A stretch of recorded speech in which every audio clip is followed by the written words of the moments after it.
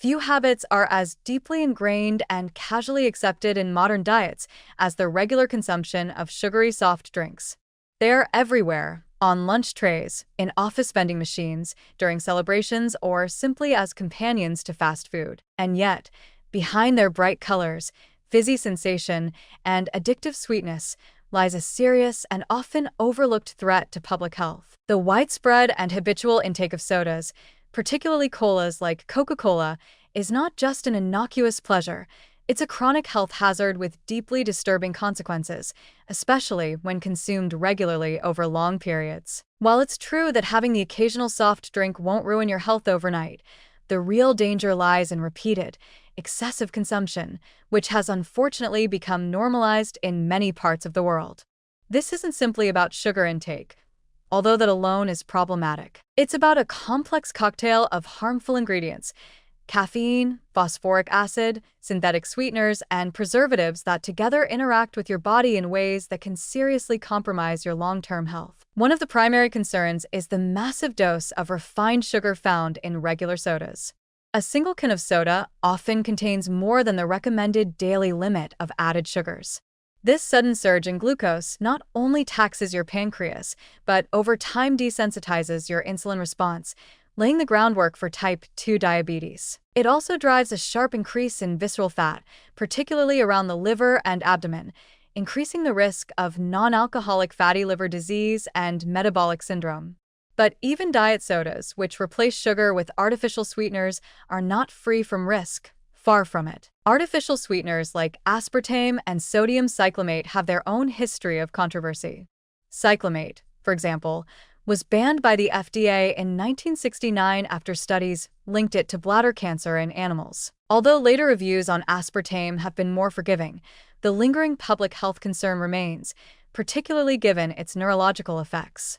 Some individuals report headaches, mood swings, or even anxiety associated with high intake of diet sodas, suggesting that these substitutes are far from neutral on the nervous system. Caffeine, another major component, may be less scrutinized than sugar, but its presence in large amounts in soft drinks raises red flags.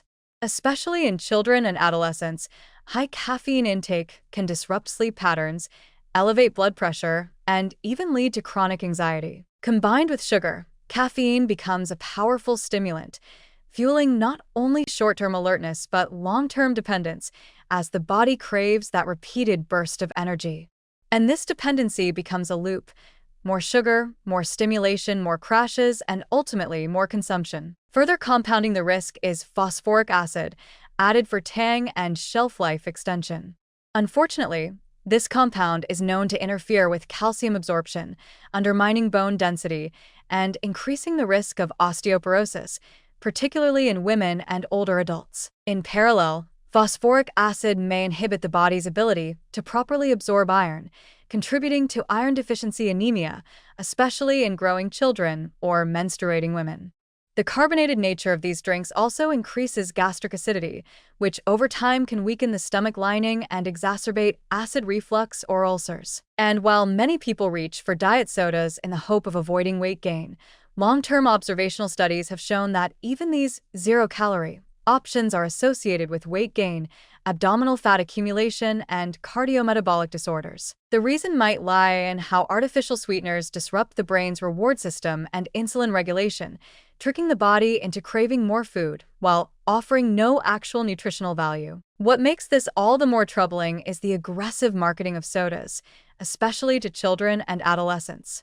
These are not just beverages, they are lifestyle symbols, cleverly marketed through sports sponsorships, cartoons, or music tie-ins. This normalization of sugar-laden drinks contributes significantly to childhood obesity, early-onset type 2 diabetes, and an ingrained preference for hyperpalatable, nutrient-poor foods. The consequences of this extend beyond individual health. They burden healthcare systems and contribute to a broader public health crisis. Despite the overwhelming evidence of harm, many people continue to consume these drinks daily, often unaware of the full extent of the damage they're doing. The addictive nature of soda makes it difficult to cut back. This isn't just about willpower, but about a biochemical dependence on sugar, caffeine, and the emotional associations we develop with these beverages. That's why many health experts now treat soda addiction as a real and serious problem, on par with other forms of dietary dependence. To reduce the risks, public health authorities worldwide are beginning to implement measures like soda taxes, restrictions on advertising, and clearer labeling of sugar content. But real change starts at the individual level. Breaking the habit means learning to recognize soda not as a harmless treat, but as a calculated product designed to manipulate brain chemistry and undermine metabolic health. It means choosing water, herbal teas, or real fruit juices, not as a punishment, but as a step toward reclaiming control over your own well-being. Ultimately, soft drinks are not neutral. They are deeply engineered, highly profitable products whose widespread consumption is having grave implications for human health. The next time you reach for a can of soda, it's worth asking not how good it will taste, but how long your body can afford to pay the price. Would you like a guide on how to transition away from soda consumption in a sustainable way?